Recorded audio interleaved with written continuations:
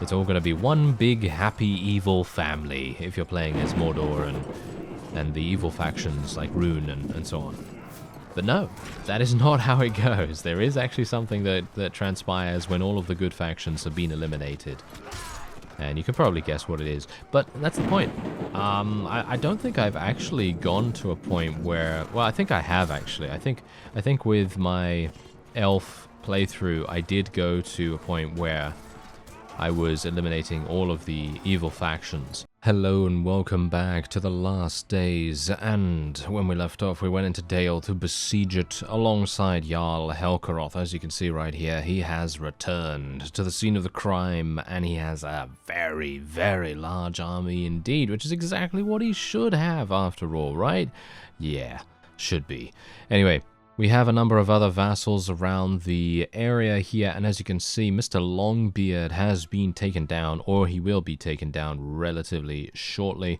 And now all we need to do is help out our friends in this battle. Hopefully I'm going to be able to get in it. Yeah, I actually got in there just in time. I actually saw a comment. Someone said that they prefer Bannerlord over, you know, something like the Last Days. Okay. That's perfectly fine. I don't have a problem with that. No problem at all. However, I think you might be maybe missing the point of the Last Days because, yeah, okay, it's all about grinding against your opponent, kind of. I mean, not in that way, you know, not in the fun way, but it is about destroying your enemy's combat strength. And generally, that's how it is in Bannerlord as well, actually. But it's just less, shall we say, less obvious, and shall we say, maybe a little bit less, maybe, I don't know. It's kind of brought front and center in the Last Days, more so than in Bannerlord. But anyway, the point is, I actually find that really, really interesting, and the way that all of the factions interact with each other is, in my opinion, very, very fun to see what happens. And actually, speaking of that, the Bjorning village was just destroyed by Mount Gundabad. And as a result of that, you know what's happened? They have now become, and I'm talking about Mount Gundabad here, they have now become unmatched in their combat strength. Unmatched, and I could not have foreseen that to happen in a million years for Mount Gundabad to be the first faction to reach that status of combat strength. I mean, just think about it. Those guys, they're basically all goblins, right? All goblins and orcs and, you know, a couple of cavalry here and there and all that stuff. And I would never have expected to see them be the first faction to become unmatched, which is just so incredibly impressive for them. Anyway, you can see here that we have King Dane II Ironfoot, and he is about to be taken down, or at least I hope so. So let's just take a quick look at the combat strength right here, because I'd like to show you. Look at Mount Gundabad. 7,000 combat strength. That is very scary indeed. Mordor has 5,500. Rune themselves have almost 6,300, which is actually pretty decent, if I do say so myself. And then what else do we have around here? Well, Erebor obviously has about 1,000. That's really not very good. Woodland Realm around 1,000 as well. And of course, we do have the other fellows around here. Dale 821, as well as the Vale of Anduin as well, which is 928. So this is looking really, really good for us right now. Now what I'm going to do is I'm basically just going to wait around here. Perfect. Let's do it. I'm going to go right in here. Nice. Okay, all of my guys went in there. I don't know whether you noticed, but I actually have 3 parties of friendly troops following me, because that's another way that you can sort of artificially increase the power of your own armies. There's 352 against 230 here, and yeah, so generally a good idea if you are, you know, not doing that great in terms of rank points or something like that, is to literally just go up to a war party and just basically say, hey, do you want to follow me around and stuff? And usually these war parties will have about they have about 80 or so troops, maybe 60, maybe less than that if you're unlucky. But I just now ran into a war party that had 80 or so troops inside it, and I was thinking to myself, whoa, that's pretty cool. So I'm gonna try and get those guys to follow me, and they are indeed following me now, so that's really, really good, because they're gonna assist me in pretty much every single aspect. And I'm actually now having some pretty big issues here. Yeah, the dwarves are now absolutely on their home turf. I don't know whether you can see why, but generally this particular environment is perfect for them. And I don't even know how to tell you why that is, to be honest, because if you think about it, this is quite flat. However, I don't know whether you've noticed, but my horse is extremely slow. I'm not entirely sure why that is either. I guess it's because it's wounded. It's more than likely that. But still, I felt relatively sluggish before that as well, so I'm not entirely sure if that is just because this is home territory for the dwarves, or maybe we're just getting like a, I don't know, kind of like a deficit of some kind. But yeah, this is going to be a bit problematic. Oh, no. I did not want to get killed right there. I really did not want to get killed right there. Oh, well, never mind. Okay. Some things just happen. I can't believe that guy was able to outrange my two-handed sword. Because I literally slashed at him from the right side.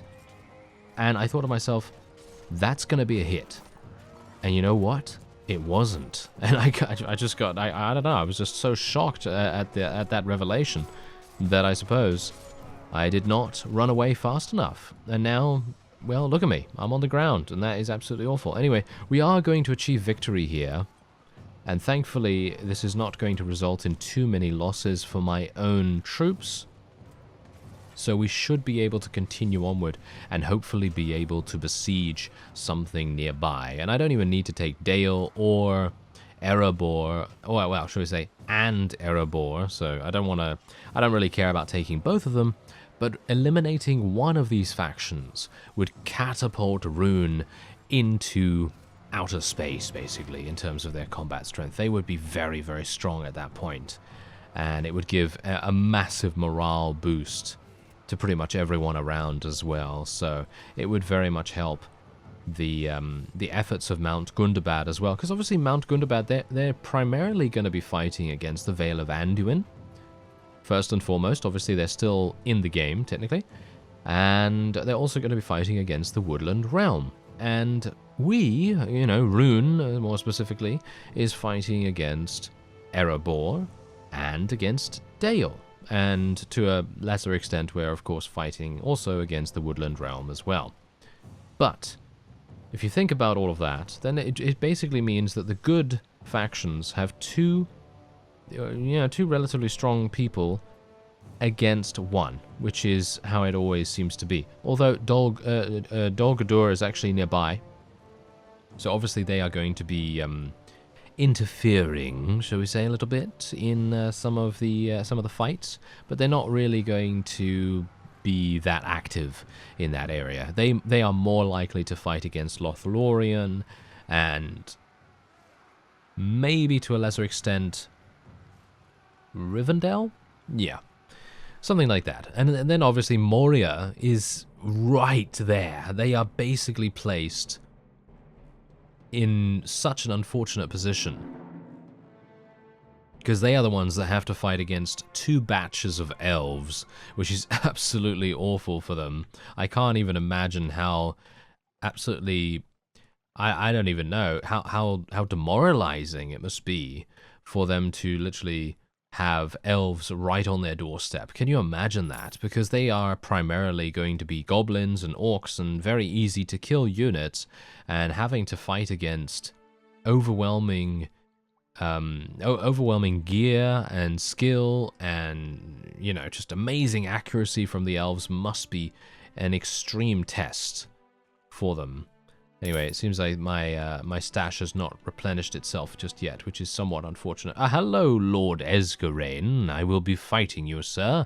I'm actually going to go into the battle here. I actually thought that I would see many more units helping us, but apparently not. So we're going to have to go in here nevertheless, just take him down. Basically, this is what I'm talking about as well. The last days is all about making tactical and, to a certain degree, more strategic decisions in the way that you're thinking about the map.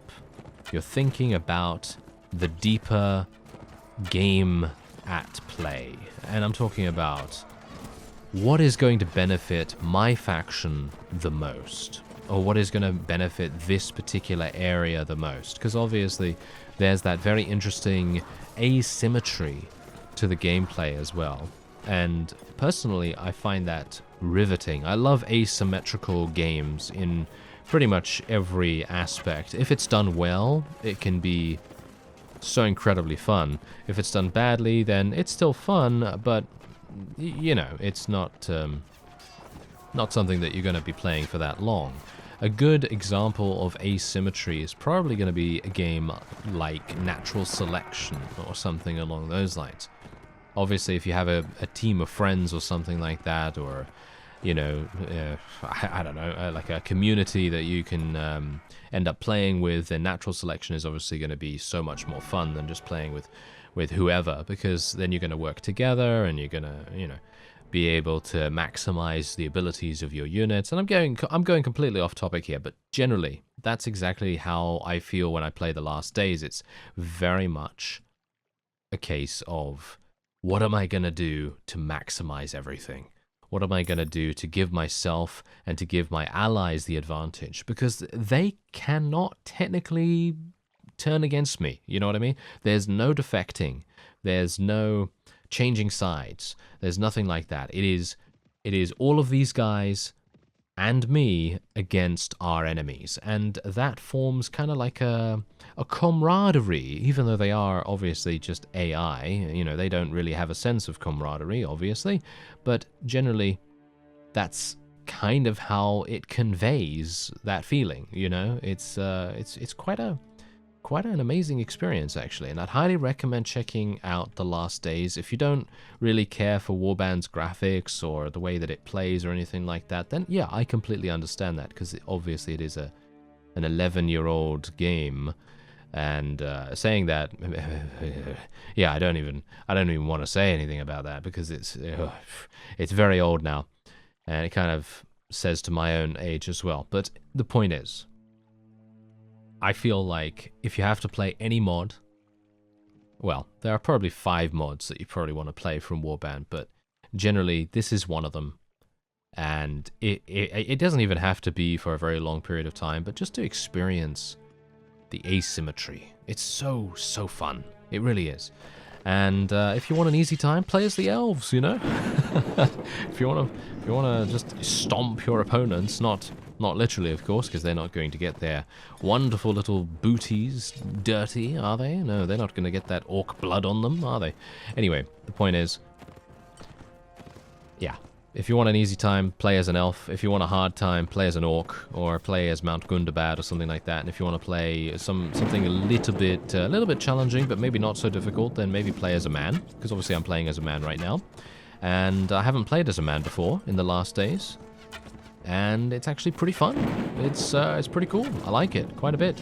And yeah, this is obviously the first time I'm doing it, kind of. So it's going to be interesting to see how it goes later down the line, because obviously there's a big twist coming, and I'm not entirely sure what is actually going to happen. I still haven't looked that up, because I'm kind of in two minds about it. Do I want to spoil myself, or do I not? You know, I'm kind of in that frame of mind at the moment, where I'm just kind of like, do I just want to let it happen and then be surprised by it?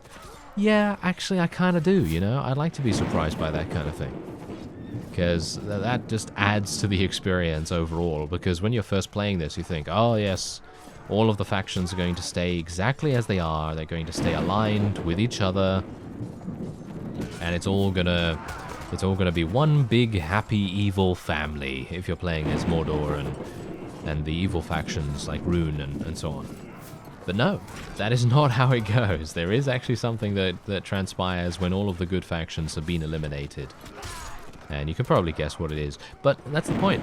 I don't think I've actually gone to a point where... Well, I think I have, actually. I think with my elf playthrough, I did go to a point where I was eliminating all of the evil factions. But nothing seems to happen there too dramatic. There's no infighting, there's no betrayal, there's There's no twist, as far as I can remember, at least. So that's obviously pretty cool, you know, because that obviously represents the unity and the alliance, shall we say, that the good factions have with each other, in comparison to the well, the other side, shall we say. Anyway, there you go. We got some prisoners. I'm probably not going to take anything right here. Ooh, nice warhorse. I might sell that. I am actually having some problems with food, I think. We might have some issues with it. Anyway, I'm just going to wait a little bit of time, because I'd like to go into Dale, if at all possible. I'd like to go into the actual siege. How many berserkers do I have left? Oh, I have none. Right? Yeah, I have none of those. Okay, so I guess I'm just going to put a bunch of berserkers at the top here. We're going to put some of these veteran warriors at the top here. Warriors of the Ox, because they're technically berserkers as well. They just don't have the berserker name. And I think that's pretty much it. That's all I pretty much want to do. So what I'm going to do now is I'm very much hoping, now that we have basically eliminated all the vassals in this area, we should have a relatively easy time of going in there. Now, I'm going to literally just wait until I am full HP. Bear in mind that it might take us a little bit of time, because Zigafel was, I think, injured. Yeah, she was a little bit injured, but now she's back up on her feet, and her medicinal skills are now going to be working again. So let's see what's actually going on here. Yeah, those guys can just continue to raid the caravan, I guess. Oh, he's actually gone in? You imbecile. Why is he doing that? That is actually not what I intended. It seems like he's actually now fighting. Oh, really? Okay, Jarl Helkaroth, can you not do that right now, please, sir? I'm actually trying to help you by running a little bit of interference here with this guy, but generally I would like it very much if he would retreat, at least for the moment. Yes, here we go. Okay, I have a bunch of people coming in, and I would like to do battle here. No, thank you. I don't want to interact with you, thanks. Okay, yeah, here we go. Perfect. Okay, this is actually perfect. We have 131 against the enemy's 88. We're on the fields of battle. Now, bear in mind that obviously my ultimate goal is to go into a siege here, but some of the time that just isn't possible because of various factors. And if the Jarl had not decided to go in at that moment, I would have spoken to him the day later, which is obviously this day in the game, and then he would have been told, please continue the siege, please start it, and then I'll join you shortly. That's what I was planning on doing, but obviously he jumped the gun a little bit, and I wasn't ready because my HP was just way too low for me to really make any kind of contribution to the war effort in that case. So I'm very much hoping that he's not going to get himself killed, and hopefully he will just retreat like he has in the past, and then hopefully we'll have a decent enough time of things. Otherwise, I'm just going to try and defeat this particular vassal from the Woodland Realm. He has some dwarves? How does he have some dwarves in his party? That's kind of weird. Oh, nice headshot, man in filth. Very nice. Yes, did you see that? That was a nice headshot right there. I had no idea that I even got a headshot until I saw it in the log, because obviously I'm not even aiming for those things. This is literally luck. I mean, there's so many enemies in one area. I mean, it's bound to be luck to some degree, but still. I mean, I could, you know, if I wanted to, I could just be like, oh yeah, that was total skill. I was aiming for that. But no, it was complete luck. Absolutely. As is most of the time when it comes to shooting into a whole globule of units. I mean, anyone that says that skill, no, I wouldn't say so. Not unless you can get a clear view of your target. Anyway, there you go. That is indeed a victory for us, I believe. Yep, there's only 4 people. Oh, actually, no, 0. Never mind. Okay, apparently I was seeing things right there. Anyway, 124 rank points. Yes, give me more of that. I want more company size, please. Look at that. I have 111 now. I actually have space for 21 units, and I'm not making the most of it. I do need to, you know, go to the barracks or something. I mean, I'm pretty close, actually, to main rune camp, so I might as well go to the barracks and see what I can do about that. Maybe I can get a couple more noble riders. We can get some outriders as well. Yeah, give me all that. Thank you very much. And then what else do we have going on here? Well, these guys, I guess I could take the veteran warriors and then they could become those berserkers and they're going to help us quite a lot in a siege, potentially. So I'm thinking we'll probably take them and then we'll see what happens. Maybe they'll prove to be really, really useful. But, you know, if, I don't know, the Orc Berserkers performance in one of the previous sieges is anything to go by, then it's actually pretty good. Oh, King Dane. He's already come back? What an absolute monster he is.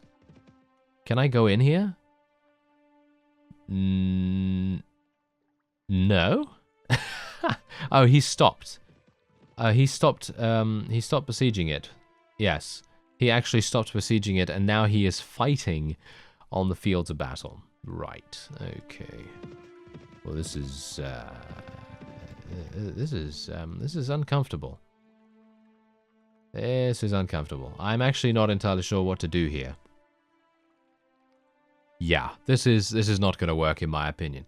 I don't think this is going to make much difference. If I go in here right now, it's probably going to result in... I retreated from battle. I actually didn't retreat. I literally just decided not to go in at that moment. Okay, sure. Sure game. You can say whatever you want. Okay, so yeah, hopefully the Jarl will escape. Could he do that? Come on. Come on. Just run. Just run away. Run away, sir. I mean, if I just had one more vassal here, then I might decide to go in. No, he got defeated in battle. Well, that's actually kind of sad. I could actually eliminate King Thranduil right now, though, which I think I will do. Hey, what are you doing there? What are you doing there, vassals? Hey, that's not very nice, picking on my war party. Oh, yes, I will do battle with you and take you down for this inconvenience.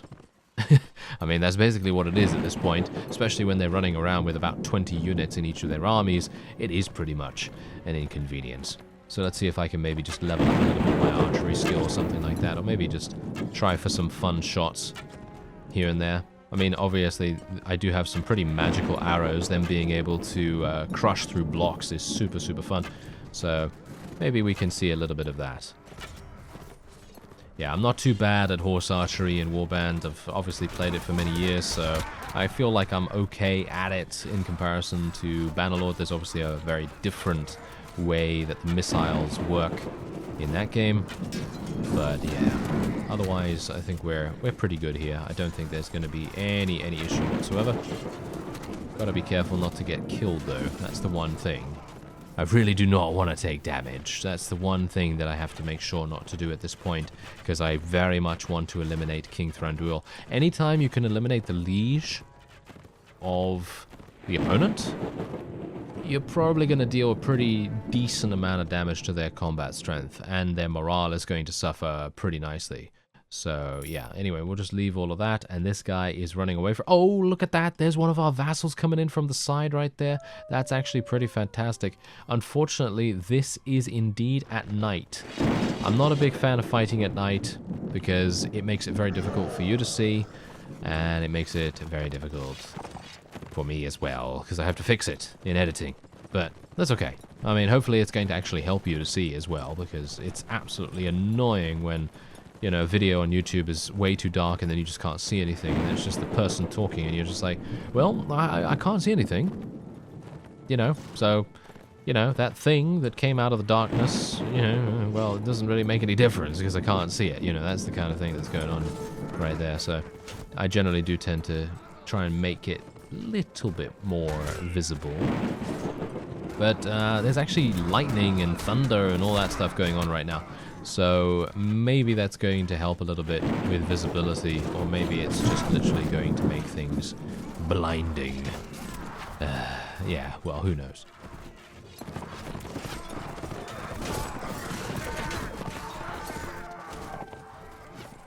Oh, well, it's a bit late, fellows, isn't it? These guys coming in right here, a little bit late, because obviously I have so many cavalry units that those berserkers coming in at this point is a bit, yeah, it's probably way too late. But they are not for this purpose, of course. Field battles are really not for them. Anyway, that is indeed that. Oh no, look at that! Zigafel has suffered a serious wound. She just lost... Oh, I don't really care about that. -20 weapon skill. That really does not matter for her in the least. She is used only for medic skill, and as long as she doesn't lose any intelligence or any like surgeon skill or wound treatment or anything like that, then we should be absolutely fine. Will you lend her to me? Actually, no. I'm actually not going to do that. Technically, I could have, but I kind of want to make sure that she is healed properly from her serious wound. So I'm not going to give her to anyone at this point. I would like to get into daytime, if at all possible. Oh, look at that. Did you see that? Those people just got transferred over to a prisoner train. Hello there. Ah, yes. How uncivilized. I am making the references. I am, indeed. Okay, yeah, so this is... Oh, this is perfect. I am going to literally fight here like no one's business. This is absolutely perfect. This is really, really good. This prisoner train has literally just defeated one of my scout parties or one of the war parties that were following me. And they took all of them, or most of them, prisoner. And now I'm going to get just some of the best units that you can get as Rune. And we're going to be able to rescue them without pretty much any effort whatsoever. And even if I do end up losing a bunch of units, that's okay, because I need the space. So that's all good. That is all fine. Fine and dandy. Alright, let's just try for some two-handed weapon proficiency. I'm going to need more of this, just to see how slow I swing. It's really, really bad right now, so I'm going to hope that I can maybe level it up a little bit here. Actually, I'm not even doing that badly. I've got 143 or something in two-handed right now. So I would say that that's actually alright. But I think I'm definitely going to need to get into a siege relatively soon. Next time Jarl Helkeroth does one, definitely going to do that. I'm actually going to show you the map after this as well, because I feel like I haven't given you an update in the last episode either. And not much has changed, albeit one pretty major thing has happened. But nothing very much concerning to us, at the very least. So, yeah, you didn't miss anything too dramatic or whatever. Anyway, there you go. Very nice. Let's take some good quality metal scraps. I think I'm going to need some food relatively soon. Anyway, here we go. This is what has happened. So, yeah, you could see here that Bjorning Village was destroyed by Mount GUNDABAD. I did not head in there. That was completely their own doing. And then, of course, we have Isengard doing their thing. Nothing very much has happened here. Mordor doing their thing. Really, again, nothing much going on at all, which is actually very strange. I would have expected Gondor or Mordor to actually do something by this point. It's actually been over 100 days since I started this campaign, and usually some big stuff would have already happened, but it seems like the only stuff that is happening is in the north, which is actually kind of weird. Anyway, there's another fellow over there. Shall we do battle with him? I'm actually not entirely sure whether we should. Anyway, I think that's going to be it for this episode. And so what I'm going to do... Ooh, this is actually under siege. Oh, yes. We're going to be besieging this in the next one. That's for sure. I thank you very much for watching, and I'll see you next time.